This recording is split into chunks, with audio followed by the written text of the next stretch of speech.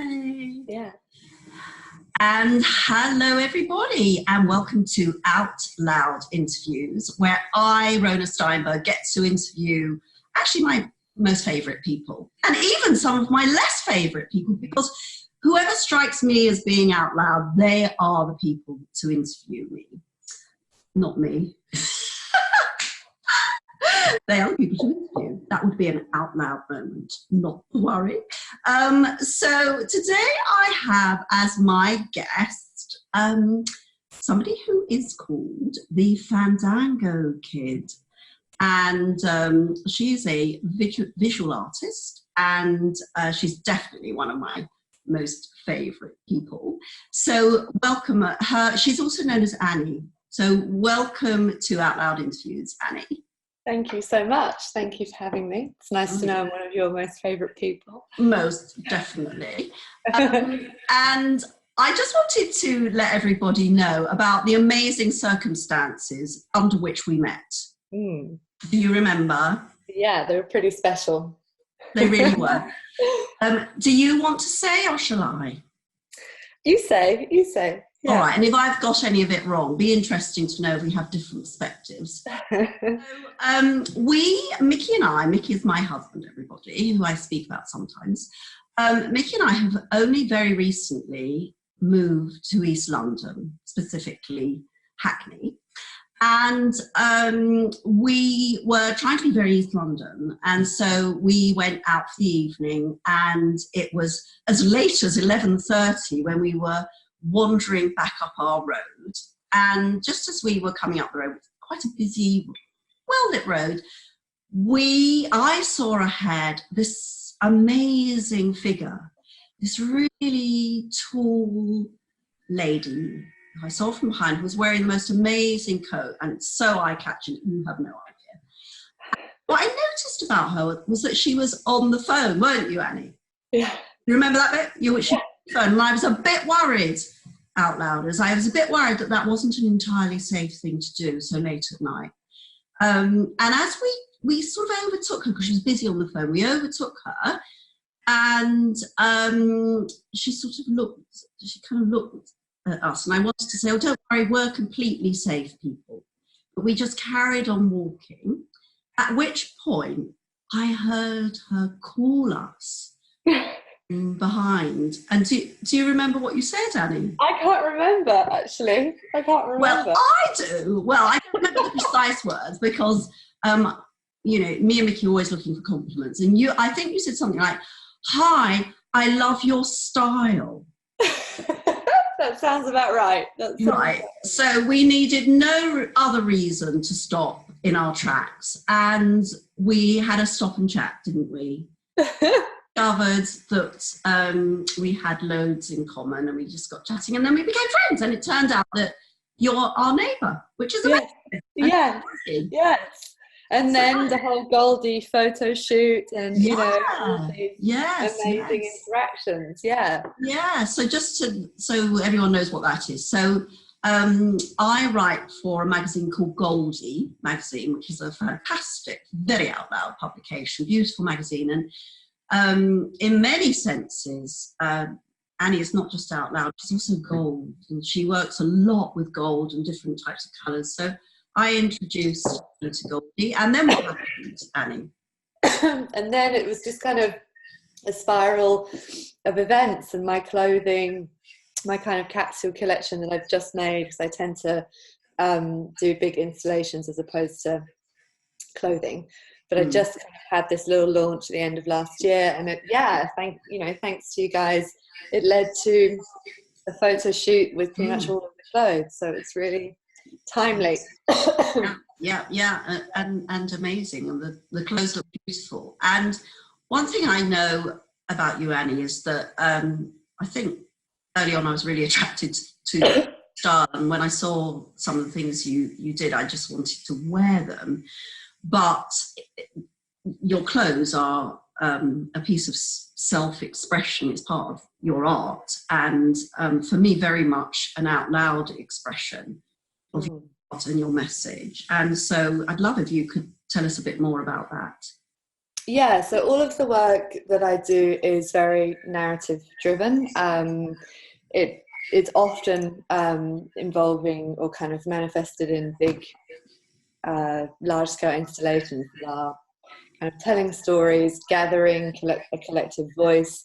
A lot of my work looks at breaking taboos around trauma, particularly traumatic loss. I've had an experience of, having lost almost all of my family in an accident, and the subsequent loss of my dad after that. So really, it's kind of what I come from fundamentally. A lot of my work looks at unpacking trauma, but also looking at ancestry and legacy and the role of legacy, how that perpetuates, and what you choose to hold on to and what you actually choose to kind of cut ties with and leave behind. And then there are a lot of the work also looks at associated mental health, involving unpacking all of this kind of trauma, things that are still very taboo in our taboo culturally, and kind of trying to create a platform for dialogue around those subject matters that are still very kind of not really looked at with a kind of open, honest approach. They're still kind of shoved to one side and dealt with privacy at home. A lot of people don't have that outlet. But what pretty much everyone does suffer is some degree of loss or trauma in their life, so that there's not, it's not matching. The need is not matching people's needs to be so kind of closed off. Yeah, absolutely. So I mean, I know that I know something of your story, and I'm really interested to know about the transition that you made. As you mentioned, you experienced a huge loss, and I know that it's almost indescribable, but you do describe it, and in a way, I don't want to be in any way cliche about it, but you've been really out loud about what happens in your life and your feelings about it, and then you went on to interpret that. And I know that you're very much on purpose, you're very much in service of other people, and I'm interested to know about the precise moment when you made a decision that this wasn't only about you, but that you could express yourself in a different way, you could express that grief in a different way, and you could bring a message. How did you make the transition? And what was that decision about?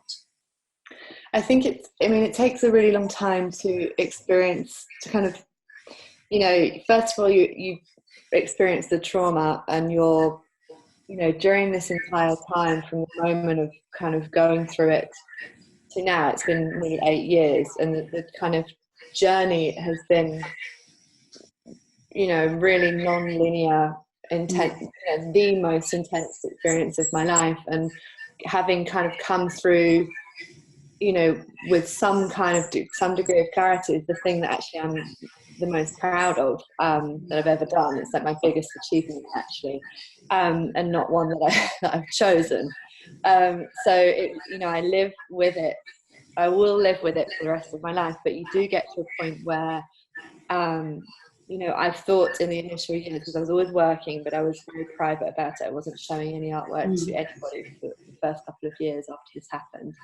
And I did think at some point, maybe 2 years in, if I do survive this, and there were many times when I thought that I wouldn't, because there is a real heartbreaking, it's just you feel your heart shatter into a million pieces with a physical heartbreak, and you are just totally cut adrift. I thought if I did survive it, I would use it. I'd use what I'd learned to actually be helpful creatively, because it's, also entirely changed my creative output. I've always been someone who makes work around what I live, my lived experience, and art imitating life and vice versa. And in this sense, it's been impossible to make anything but work that releases trauma. But then it gets to a certain point where you and even a good 5 or 6 years in, I was still making work that was kind of clearing through my own stuff, clearing through my own trauma, personally very cathartic, but putting work out onto the streets and gauging public response. And it's been that process of gauging public response that's really made me tighten or shift or change the way that I interact with the public. I've always wanted to work with the public looking at trauma since this has happened. And I think people they will tell you, the public response, people will then share their stories, and you're then able to gauge a really, like, a point where your work is accessible, and there's a universality to it, but you're still true to your story and your truth. But you have to get to a point within your own trauma when you're doing workshops or when you're working directly with the public, particularly with something so sensitive, where you are 100% in charge of your emotional, your sort of emotions involving the trauma. You have to be, there's a real depth of moral responsibility that comes with doing this work. So you have to be okay with it before you're interacting, I think, directly with the public. Yeah. I think, you're speaking about something that I do go into in the book, this sense of, wow, it's very hard to share what's happened to us, often share our story. And people can be very frightened, especially in public speaking. Any self-expression, really. It's the thing that stops, am I oversharing? Am I sharing too much? Is it even right? Is it private? All of those things that we worry about. And it takes courage, and you have so much courage.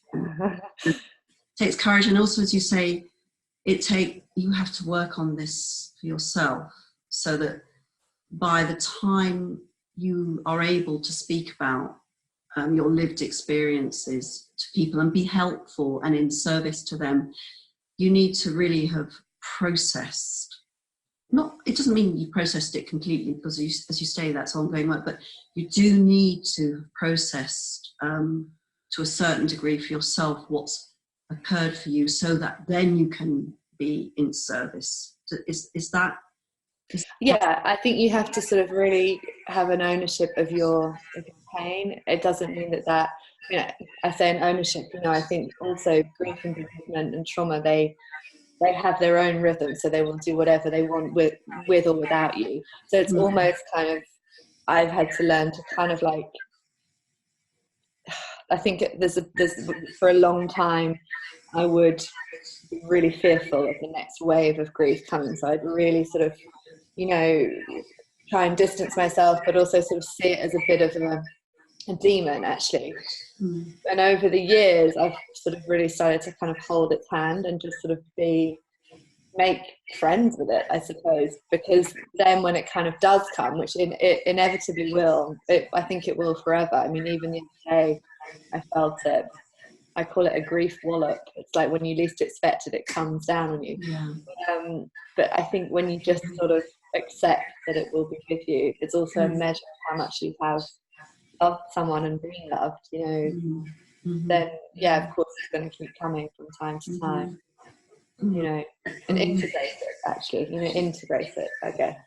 It's part of you, it's part of your story, integrating pain and unpleasant things and untidy emotions and,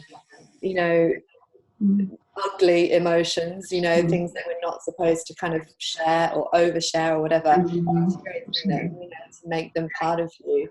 And making your vulnerability, making the things that have happened to you that are painful and that can really pull you apart, making them your strength, actually. That's my...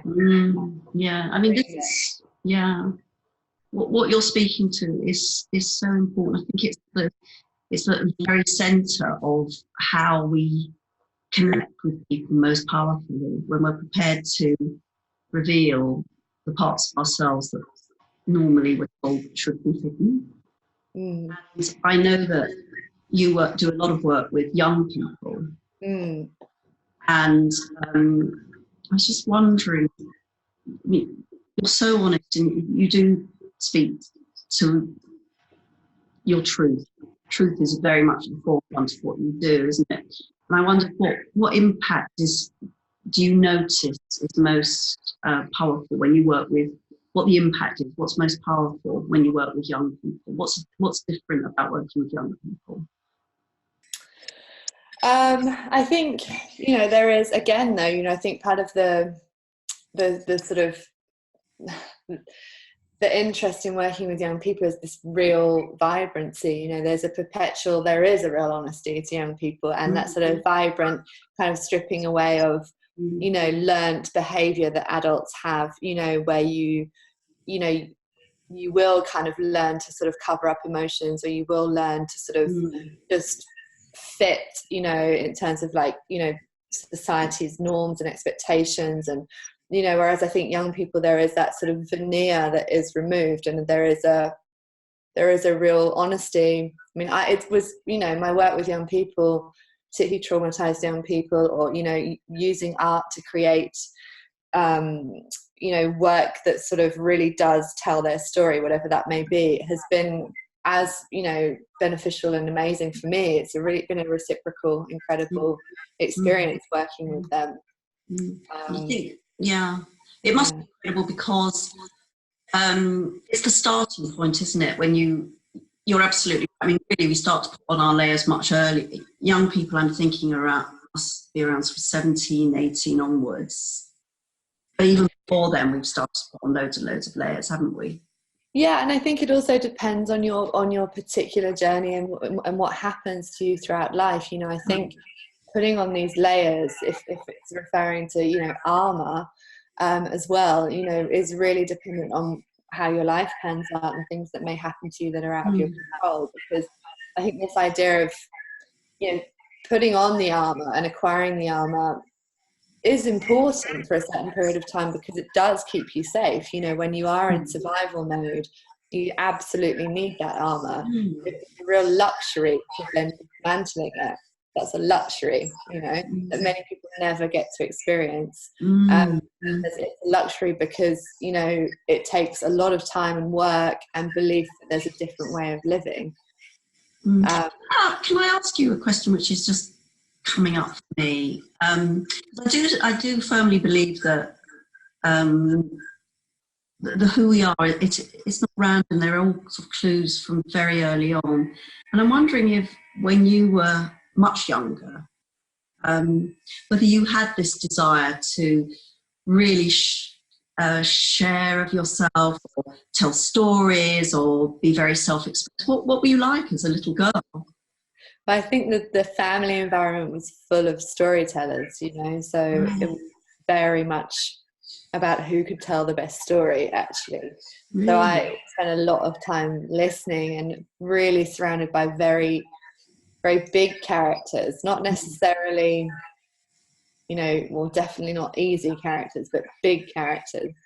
And there was a, high energy. I would describe it as high energy, kind of compacted into one space. So it was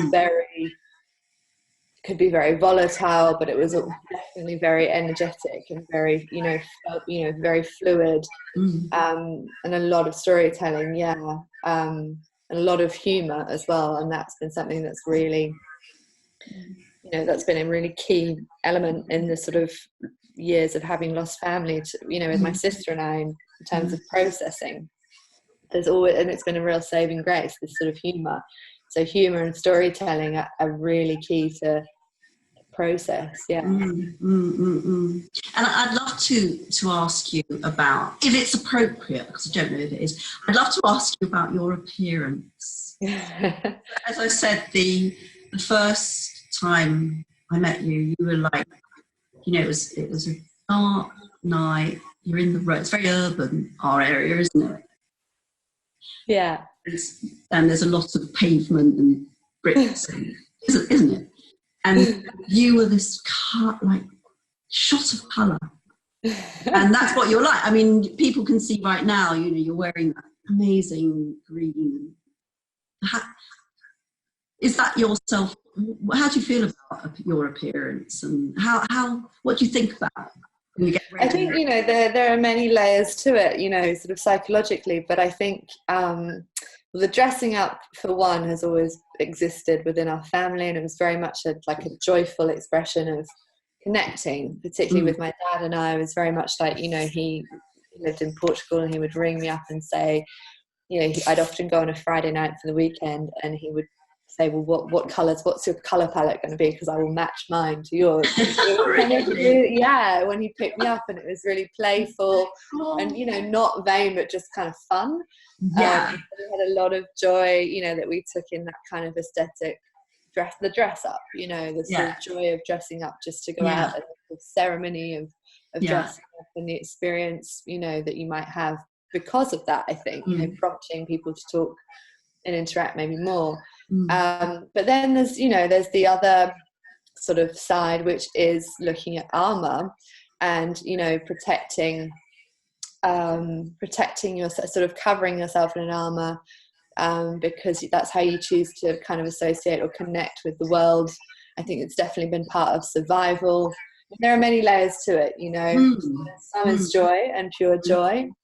Some is like, creating a bit of a field around you, so you can just sort of keep a bit of distance. I think sometimes, it really depends on the day. There are layers. Yeah, the thing about you, which I completely love, amongst many other things, is you're so honest about yourself, and you're willing to say, oh, this is where I'm not being honest. I think that's part of the honesty thing. You catch yourself out a lot, and I go into this book as well, and this piece around what is it to be yourself. It's such a throwaway, isn't it? Oh, going for an interview, just be yourself, they'll love you. It's so complicated, isn't it? Being yourself. It is. So I wondered and yet you do strike me as a person who is yourself. so what's your insight around? Do you think you're being yourself? Yeah, and I think also, no 2 days are the same, particularly when you've sort of experienced a lot of trauma. So I think as long as you are true to that state of flux as well, I very much, there's a lot to process, on a daily basis, and all my work is around, my story. So it's very much a journey all the time. But there is, it's all underpinned by truth, and some of it's not especially pleasant, but it is always true. And I think the reason that I sort of do stay true to to who I am is because it's it involves, or has involved, such a release of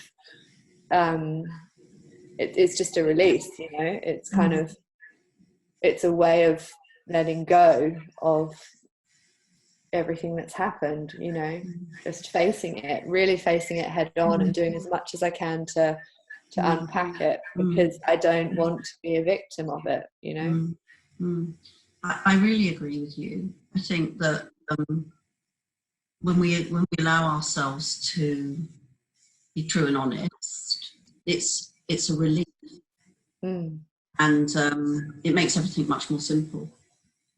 And also, I think if you really want to live, fully, and if you expect to then have really, rewarding and amazing connections with people, it's the only way to live. Because actually, how do you expect to then make really honest, true connections with people? If you're only showing a certain side of yourself, you need to try and be as full as possible. Yeah. Also reading social situations of, who can receive that and who can't, and whether it's the right time or whatever, but still showing truth, Absolutely. Choose your moment as to how much you might show. But. Absolutely. And I know that, or it seems to me, I don't know actually, but it seems to me that you are prolific in the media and the form in which you express your art. And I know you've got, if it's okay to say, you have a little film coming out very soon. I do, right? Yeah. So can you tell us a bit more about that, and how that is even a greater out loud expression of your art? Media. So this is the first film I've ever made, really, and it's taken 4 years. I've been working with a really good friend of mine who is a director called Tara Darby, and we have been working on this for a very long time. We started working on it with my dad when he was still alive. The very last months of his life, he came over to London, which was amazing. And we look at my family story as a kind of, I don't really like the term case study, but as a point of reference, which to unpack trauma in general. But the focus is looking at rituals associated with trauma. So and means of surviving on a daily basis to unpack this sort of macro trauma, so how the things that you might do in terms of ceremony and ritual on a daily basis to sort of slowly plow through this huge trauma, and also means of staying alive as well. So we look at movement particularly, and we look at dancing as a ritual for survival. And we look at my story, but then we kind of look more broadly at how people do that across the world. And it is screening on June 6th on the Manhattan Bridge in New York. Amazing. It's screen at the Tate Modern in August. It's been slightly put back. So yeah. And I mean, we're going to finish soon. But what's next for you, Anne? There's a massive there's a few wall paintings coming up, but there's a massive one that I'm doing in the north in August, which is drawing together these sort of voices of various marginalized groups to kind of tell this sort of collective story of community, actually, and what that means, and identity and kind of acceptance, I think, as well, and means of finding acceptance when you are a minority or marginalized group. So it's a huge job, but I have an Arts Council grant for that, and I'm kind of planning it now. So God, exciting. So I'm going to bring our time together to an end, and I just want to thank you so much. We've only seen a tiny microcosm, tiny little bits of you, of what you do, and the wisdom and purpose behind it is extraordinary. And I think people will be incredibly curious about what you do. So how can they find you? Well, through Instagram is actually the most up-to-date way of finding my work. So Fandangoe Kid, or just on the website. Right, great. And I think I started by asking you what Out Loud means to you. Yes. I'd love it if you were able to just give in a couple of words or a short sentence, what do you feel for you personally that expression means? Being out loud, what is it to you? I think it's just living your truth, and that is living your truth, including the sort of the emotions that are what I like to call untidy or not sort of classically acceptable, and removing this sort of toxic positivity. Being really true to yourself, not to really dissecting what is true for you. Amazing. Really dissecting what is true for you. Okay, well, as I say, thank you so much. This has been such an amazing book. I feel like I'd like to really dive deeper. Maybe next time. Maybe next time. See you again on Out Loud interviews.